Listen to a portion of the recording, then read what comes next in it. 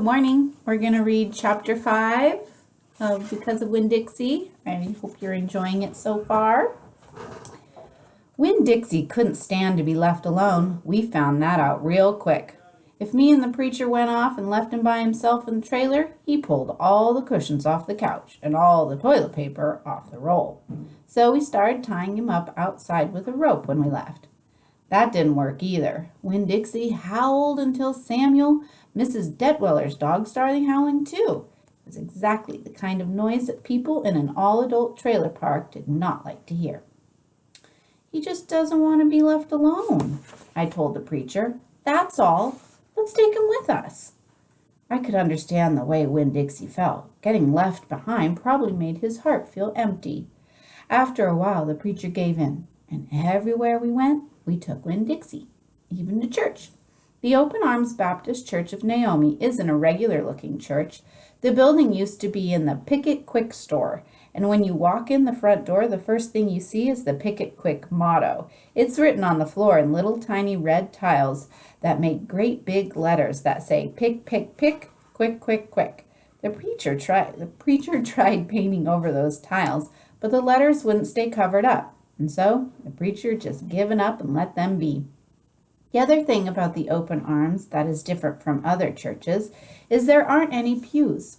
People bring their own fold-up chairs and lawn chairs, and so sometimes it looks more like the congregation is watching a parade or sitting at a barbecue instead of being at church. It's kind of a strange church, and I thought Winn Dixie would fit right in. But the first time we brought Winn Dixie to the Open Arms, the preacher tied him outside the front door. "Why did we bring him all the way here just to tie him up?" I asked the preacher. "Because dogs don't belong in church, Opal," the preacher said. "That's why." He tied Winn Dixie up to a tree and said how there was lots of shade for him and that it ought to work out real good. Well, it didn't. The service started and there was some singing and some sharing and some praying, and then the preacher started preaching, and he wasn't but 2 or 3 words into his sermon when there was a terrible howl coming from outside. The preacher tried to ignore it. "Today," he said. "Oh," said Winn Dixie. "Please," said the preacher. "Oh," said Winn Dixie back. "Friends," said the preacher. "Oh," wailed Winn Dixie. Everyone turned in their lawn chairs and fold-up chairs and looked at one another. "Opal," said the preacher. "Oh," said Winn Dixie. "Yes, sir," I said. "Go get that dog," he yelled. "Yes, sir," I yelled back. I went outside and untied Winn Dixie and brought him inside, and he sat down beside me and smiled up at the preacher, and the preacher couldn't help it. He smiled back. Winn Dixie had that effect on him. And so the preacher started in preaching again. Winn Dixie sat there listening to it, wiggling his ears this way and that, trying to catch all the words. And everything would have been all right except that a mouse ran across the floor. The Open Arms had mice. And they were there from when it was a Pick and Quick, and there were lots of good things to eat in the building. And when the Picket Quick became the Open Arms Baptist Church of Naomi, the mice stayed around to eat all the leftover crumbs from the potluck suppers.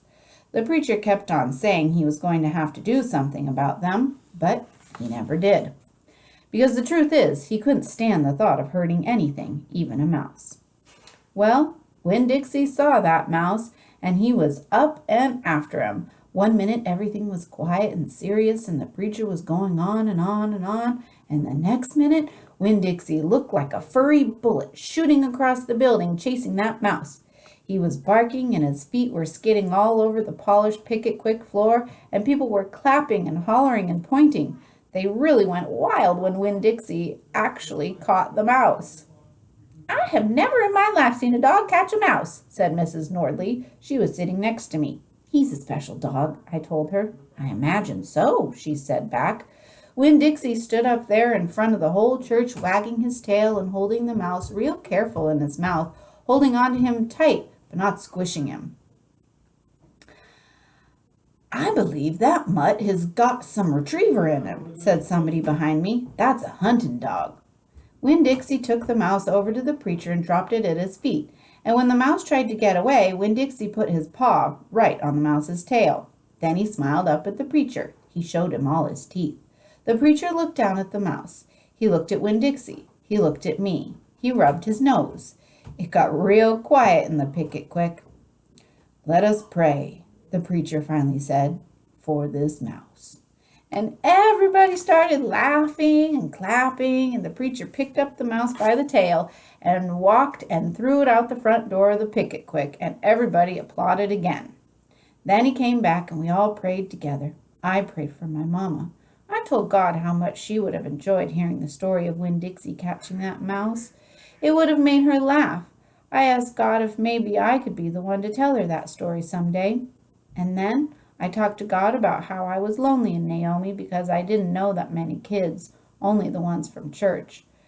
And there weren't that many kids at Open Arms, just Dunlap and Stevie Dewberry, two brothers who weren't twins but looked like they were, and Amanda Wilkinson, whose face was always pinched up like she was smelling something real bad, and Sweetie Pie Thomas, who was only 5 years old and still mostly a baby.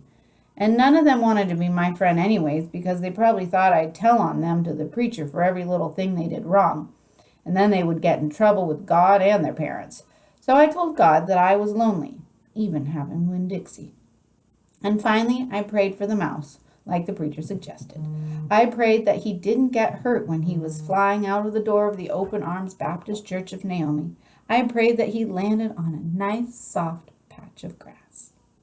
And that's the end of chapter 5. We'll read chapter 6 tomorrow. So Opal brought up the names of some of the kids that go to church, and I think you're going to learn a lot more about these new characters as we continue reading. So hope you have a great day.